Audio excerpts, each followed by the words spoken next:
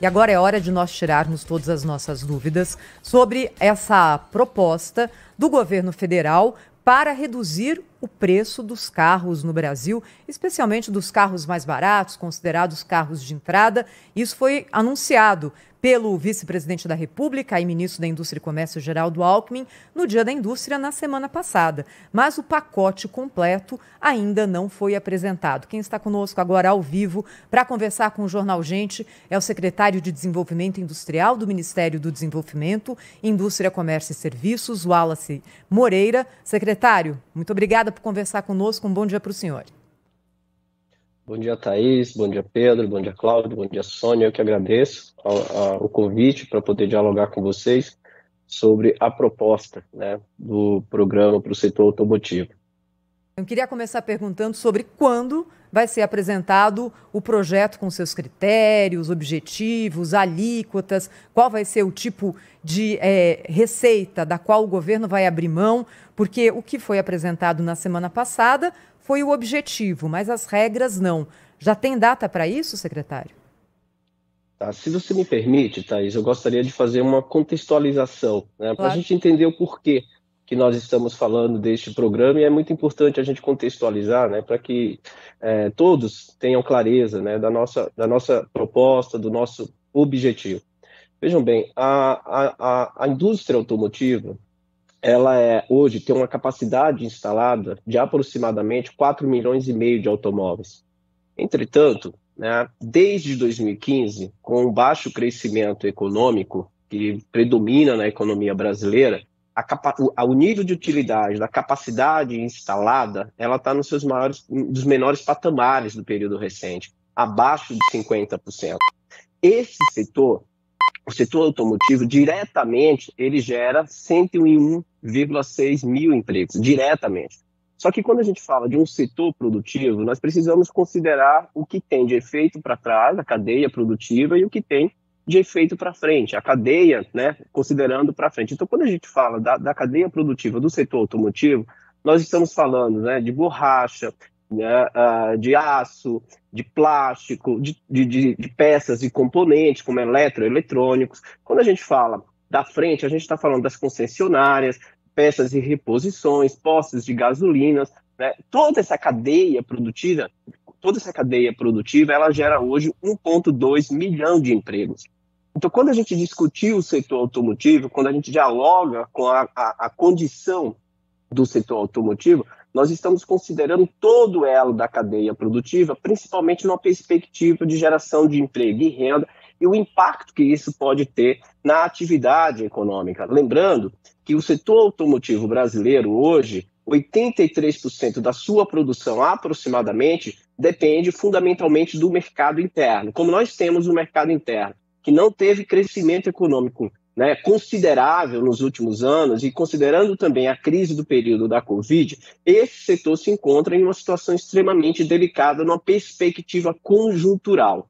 Dado essa conjuntura, e quando eu falo conjuntura, eu estou falando da situação do momento, uma situação de curto prazo. E por que isso é importante, Thaís? Porque a proposta do programa para o setor automotivo, ela tem um caráter de curto prazo, de conjuntura, considerando a conjuntura.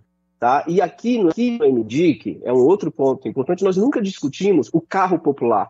O que nós discutimos é a conjuntura da estrutura produtiva do setor automotivo, que hoje corresponde a quase 20% da indústria brasileira, né?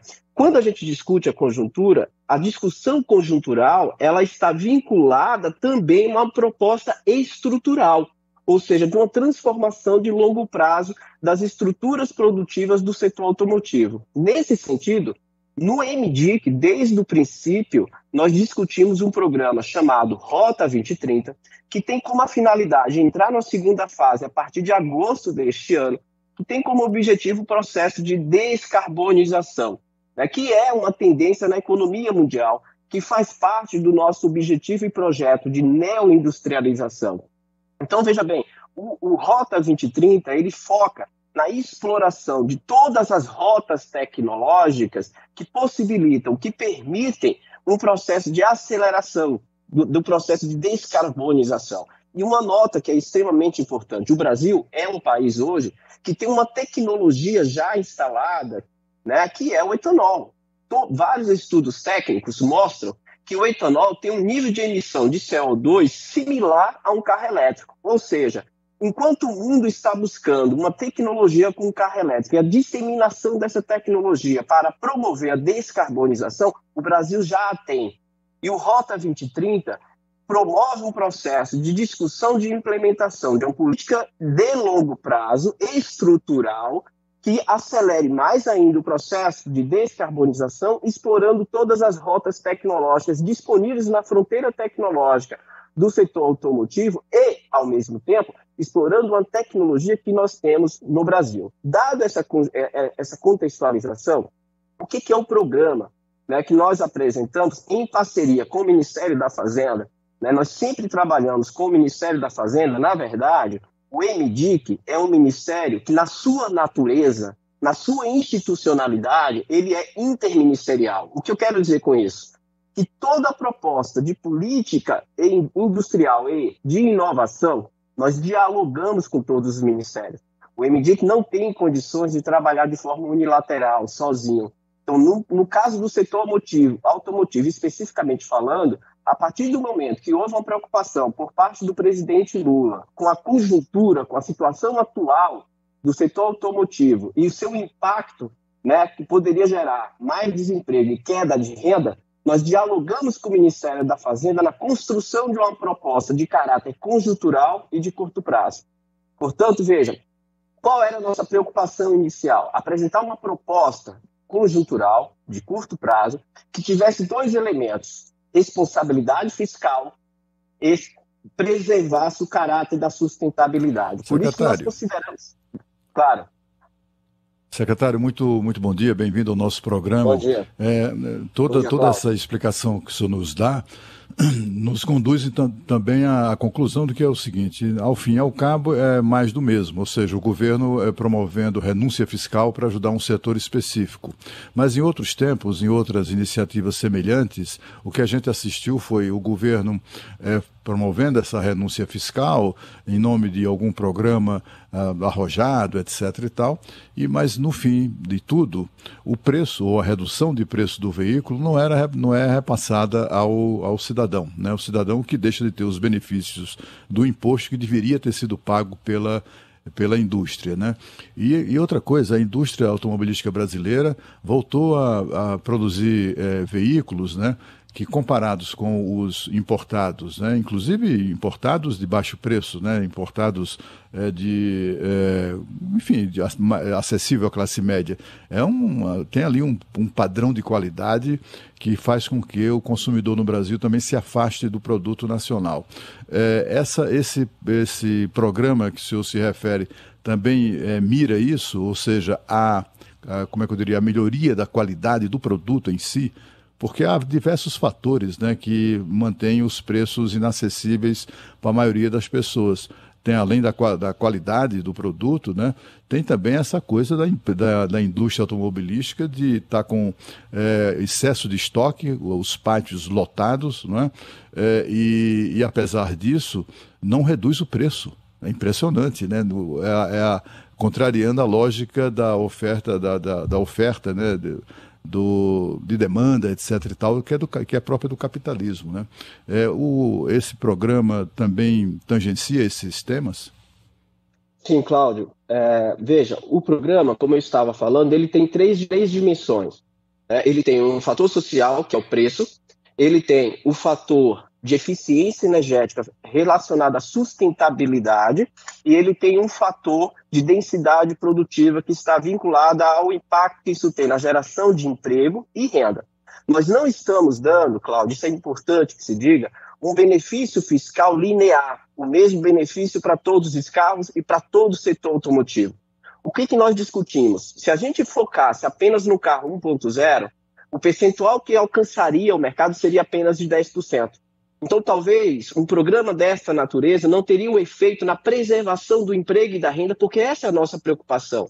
Um programa que tenha responsabilidade fiscal, responsabilidade para sustentabilidade e na geração de emprego e renda, e, Cláudio, preservando a qualidade do automóvel. Quando surgiu na imprensa, Cláudio, a ideia de um carro popular que não saiu do MDIC, eu repito, nunca saiu do MDIC essa proposta, de reduzir conteúdo tecnológico, de imediato... Saiu da boca do presidente da República, né, secretário?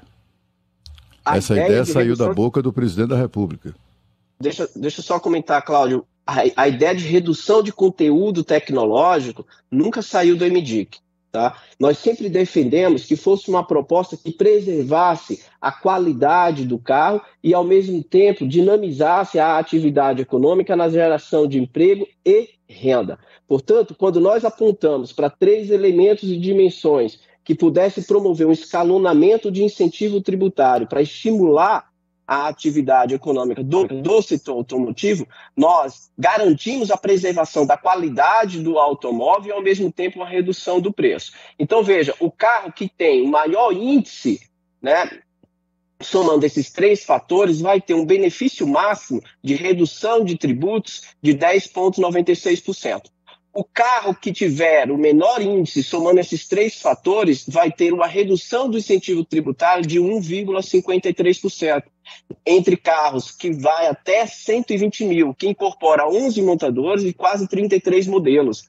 Então, não é uma proposta de incentivo tributário linear, ela é escalonada de acordo com o critério da eficiência tecnológica, da eficiência energética, da eficiência e do fator social, do impacto que isso tem na geração de emprego e renda. E um programa, repito, de caráter conjuntural, de curto prazo, porque do ponto de vista estrutural, de longo prazo, Cláudio, observando o que vem acontecendo no mundo, da nova discussão e do debate da fronteira tecnológica do setor automotivo, com aquilo que se convencionou chamar de indústria 4.0, em que há várias rotas tecnológicas, nós estamos implementando e discutindo essa política econômica no Rota 2030, que vai ser implementada essa segunda fase a partir de agosto, claro.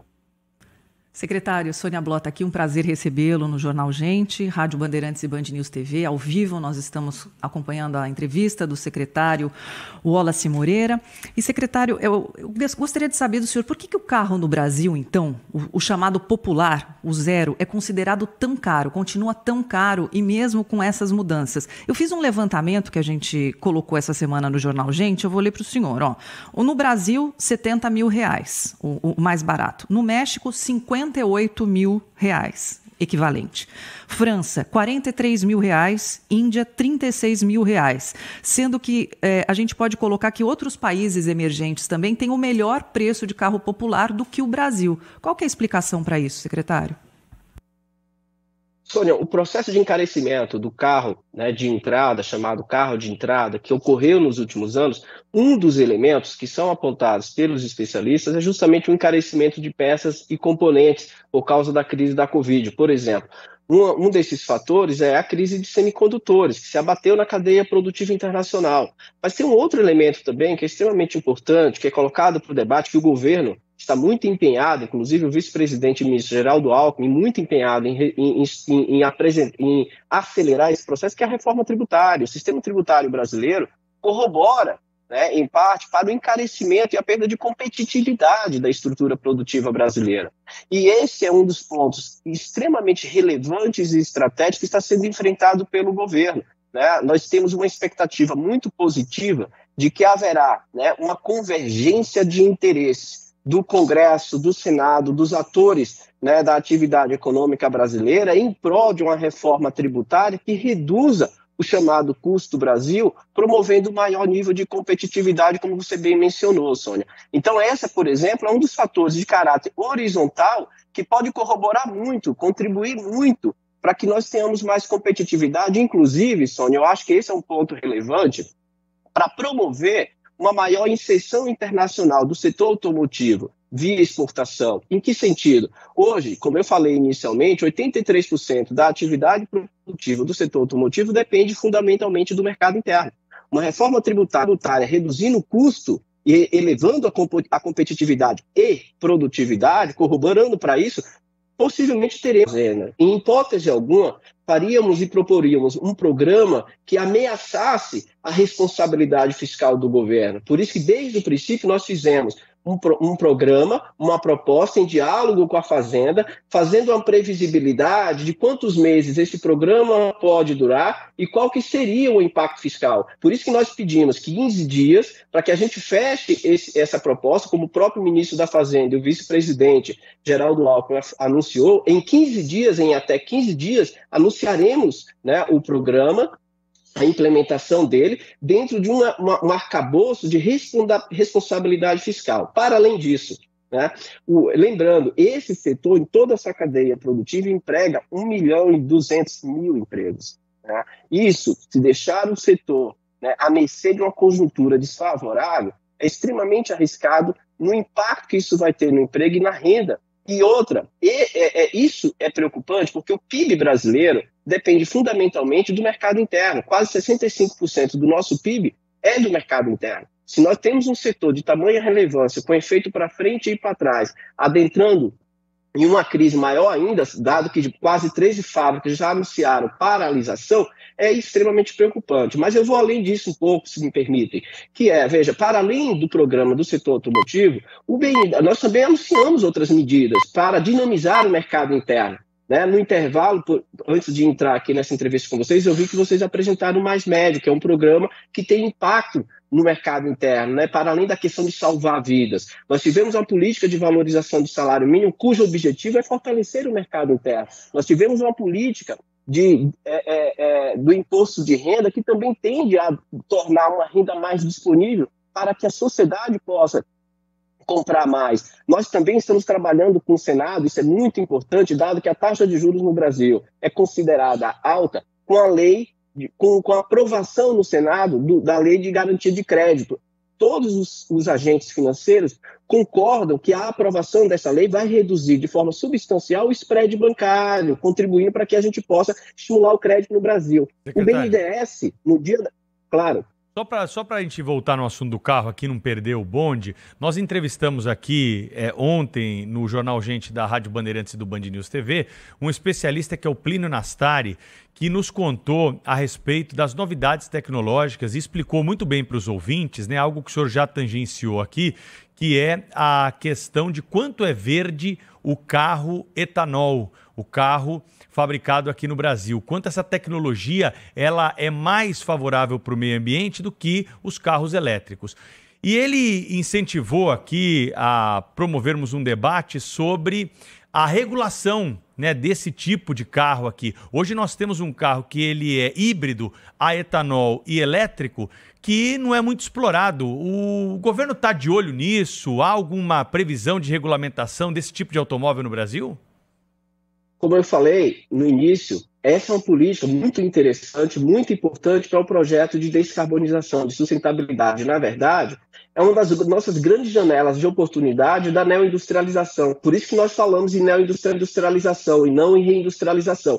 Se vocês observarem, o vice-presidente e ministro Geraldo Alckmin sempre chama a atenção porque nós discutimos o papel da neoindustrialização. E a sustentabilidade é um elemento fundamental. E essa rota tecnológica, Pedro, que você mencionou, é um dos pontos que nós estamos explorando, Pedro. Por quê? A gente deixa, né, discutindo com todo o setor automotivo qual que é a melhor rota tecnológica para promover a descarbonização. Enquanto o mundo, como você bem mencionou, está em busca do carro elétrico, da disseminação do carro elétrico, nós já temos o etanol. Vários testes técnicos mostram que o etanol, né, emite o mesmo nível de CO2 que um carro elétrico. O carro híbrido está aí. Então, veja, o Rota 2030, que agora está nessa segunda fase e tem como foco principal a inovação e a descarbonização, está explorando justamente isso. Mas o governo vai regulamentar, secretário? Isso que a gente precisa saber. O governo vai regulamentar. Exato. Porque ele fala que os parâmetros usados para medir essa questão do carbono do carro elétrico e do carro etanol, eles não são os mesmos. Você não pode medir só o escapamento. Você precisa medir também outras questões, né, como, por exemplo, o descarte da bateria. Isso foi detalhado ontem aqui. O senhor sabe como é que funciona. Quero saber se o governo vai regulamentar essa questão, se isso está em estudo e quando vai acontecer. Claro, está em estudo. Nós estamos estudando como é que nós alcançamos o melhor patamar, o melhor nível de descarbonização. quais são os melhores instrumentos de políticas, né, de regulação, de política de promoção, de competitividade, de produtividade, com vista à descarbonização, à sustentabilidade, que deve ser implementada. É isso que o Rota 2030, dialogando com o Ministério de Minas e Energia, com o Ministério do Meio Ambiente, com a MCTI, com a MDIC, com a Fazenda, vem fazendo, para que a gente possa ter sucesso nessa nova fronteira tecnológica, Pedro. O Brasil, como você bem mencionou, já tem uma vantagem quando se comparado com o mundo. E outra coisa importante, se me permitem, nós temos uma matriz energética comparada com o mundo limpa. O mundo busca esse processo de ter uma matriz energética. O Brasil já está à frente disso. Claro. Secretário, só para lembrar a pergunta feita agora há pouco pela Thaís Freitas, que é com relação e os outros setores, né? O MDIC está se transformando mais uma vez, como já aconteceu no passado, no Ministério da Indústria Automobilística, porque afinal de contas as carências, as necessidades do setor são de toda a indústria e não apenas da indústria automobilística. Esse projeto, esse programa não seria mais adequado se aplicado a todo o setor industrial?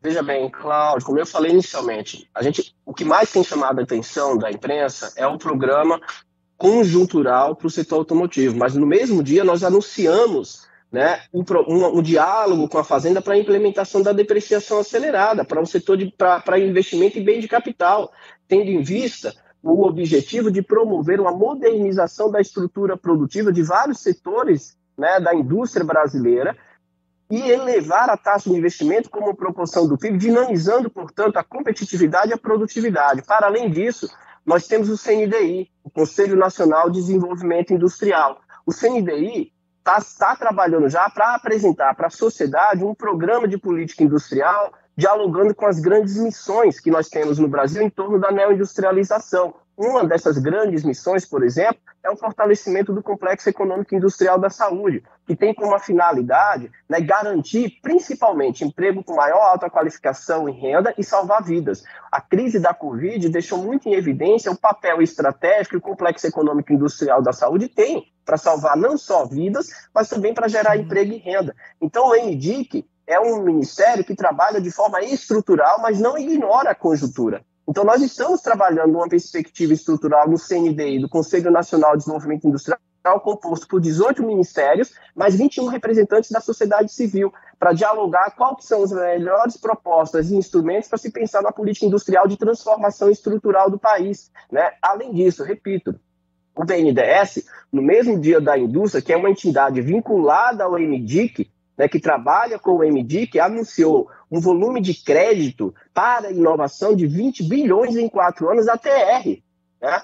Mais 2 bilhões para empresas de crédito para as empresas exportadoras. Então, nós não estamos apenas focando um setor, nós estamos trabalhando de forma estrutural, considerando também a conjuntura brasileira de determinados setores da atividade produtiva e estimulando várias medidas, pensando várias medidas como a depreciação acelerada. Secretário, deixa do BNDES. Claro. Deixa só, nosso tempo está quase esgotado aqui, mas para encerrar a entrevista, eu queria repetir a primeira pergunta que eu fiz para o senhor sobre prazo, porque é o seguinte, a partir do momento em que o governo veio a público dizendo que vai baratear o preço dos carros, o mercado, que já estava indo devagar, agora parou, está todo mundo esperando o momento em que o carro vai chegar ali na ponta mais barato. E essa é uma angústia também do setor.